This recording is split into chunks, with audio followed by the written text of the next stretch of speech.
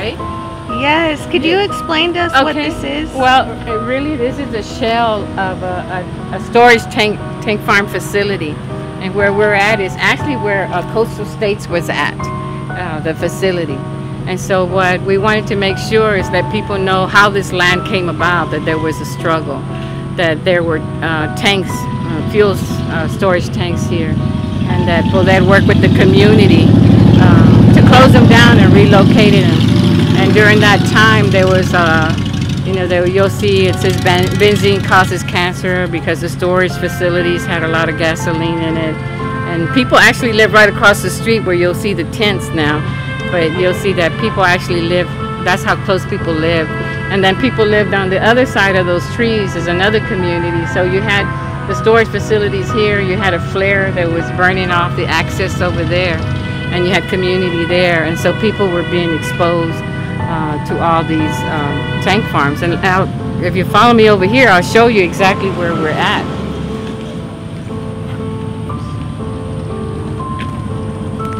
You're actually standing right here where Coastal was at. That's the tank, and this is the replica. This symbolizes the tank that was actually here from Coastal States right here. And then if you look at this map down here, you'll see that we had all of these: Chevron, Exxon, Mobil, Star, Citgo, and Coastal. This is where we're at right here. And this particular tank farm area, which is 24 acres, was the only one that was cleaned up to residential standards. The rest were allowed, they were cleaned up to industrial standards, so there's still contamination on site. So this is actually the only site that was cleaned up to residential standards, and it took 15 years to clean it up. And so we kind of followed it until 2007, from 1993 when it was closed to 2007. And so this just tells the story of the tank farm, the whole tank farm struggle that happened. So each one of these squares represents an injustice in East Austin. Yeah, well, these squares are just to tell you the story, you know, the flyers, the letters that exchanged, the meetings, the pictures. And so basically these squares are just kind of giving you the visuals of, you know, the people who are involved, the actions that took place, and sort of the history and the background of what was going on.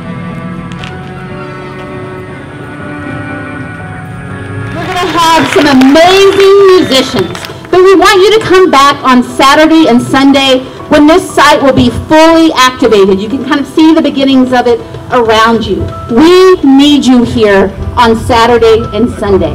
We need your creative input as we decide how best to build a site that supports creatives and artists and that honors the history, the complicated and rich history of East Austin. East Austin is a place that has been fueled by working class people of color.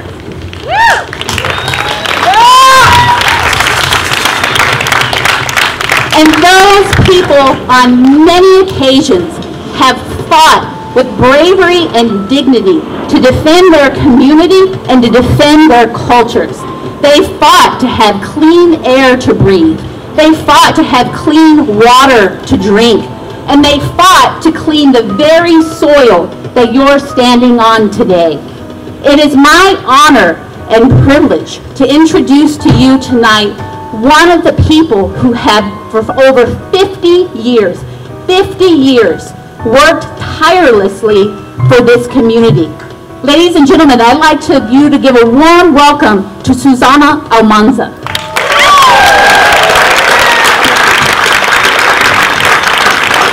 Welcome everybody, welcome here to East Austin. I just want to let you know that on Saturday and Sunday we're going to be at the tent.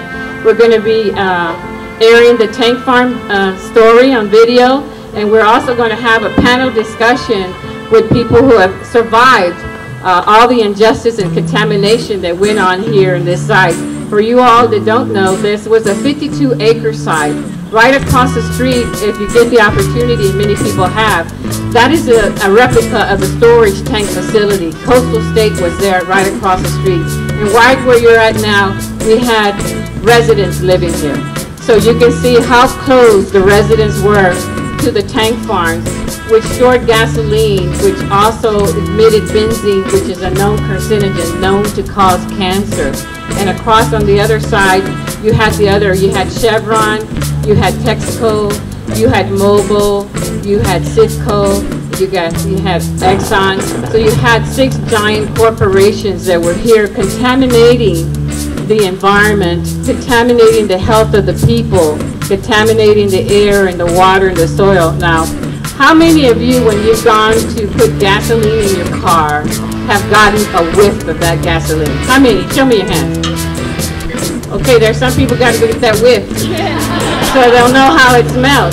Because I want you to know that that smell, that when I do that sometimes, I move to the other side, right? Because I don't want to smell it.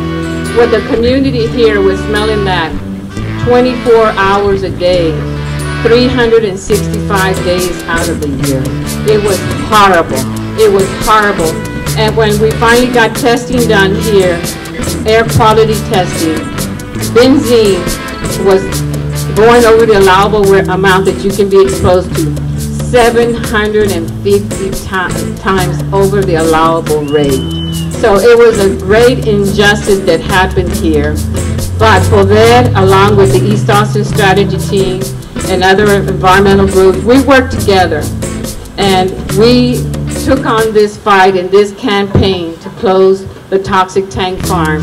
And it took us, after the closure, it took 15 years of monitoring their wells that were put in here for the cleanup. And the coastal site was the only site that got cleaned up to residential standards, because the state decided that it would let each oil company decide if they wanted to clean up from industrial or residential standards. And of course, the majority decided industrial, so the other sites still have contamination. You can never have housing there, but you can have commercial buildings and stuff like that. So this was entirely area, not just here, but across the other side, 52 acres of gasoline storage tanks. And so I asked y'all to come to see the movie and hear from the people, because then you're going to really see what I was talking about in the video. But I want to close with just this little fact, is that during that struggle from 1991 to 1993, it's a very poor community and a very, Poder is a poverty, environmental social justice organization. We would pick up dimes, nickels, quarters, anything we could just to make copies to keep everybody informed of what's happening. But we got a small grant from Citizens House on Clear and Waste that Lois Gibbs at time was running, and they gave us $2,000 to take on this campaign. Here's the best part. You know these people, Exxon, Mobil, Citgo, Gulf Coast Estate. These are some of the biggest oil corporations in the world. Billions of dollars that they make. We had $2,000 in change. And with $2,000 in change, we kicked their ass. That's right. People of color kicked their ass with $2,000. And that's the biggest victory that you'll ever see any place. So I want to thank you. Have a good time. Remember to come and Saturday and Sunday and come see the real story. Thank you.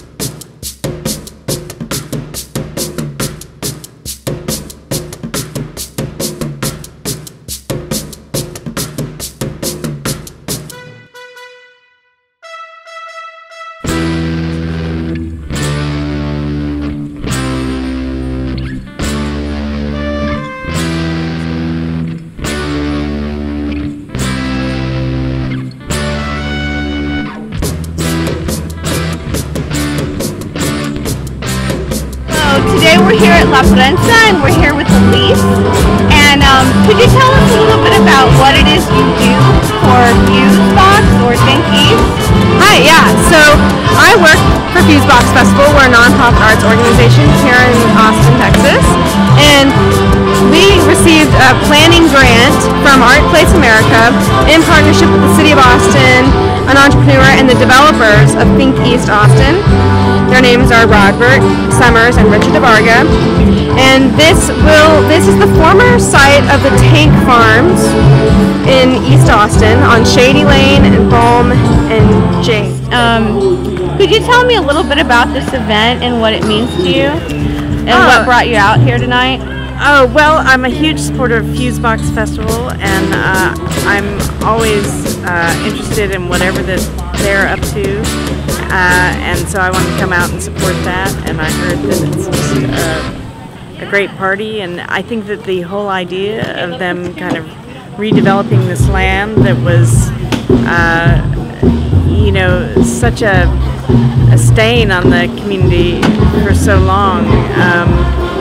Well, the stain was the environmental damage that was done here. I mean, but really tonight what we've heard about from the stage is just the story of how neighbors came together and rose up against what was happening here. And so it's really an inspiring story and an inspiring spot. And so I'm just excited to see like what happens with this area and to be part of that conversation. And have you heard any news about what they're planning to do with this development? You know, I think that a lot of this is to kind of encourage conversations about what this can become. And so right now I think that they're in kind of an info gathering stage and just talking, you know, hosting those conversations about what are the possibilities for this area. Oh, okay. Well, thank you so much. Great. Thank you. Wonderful. Thank you.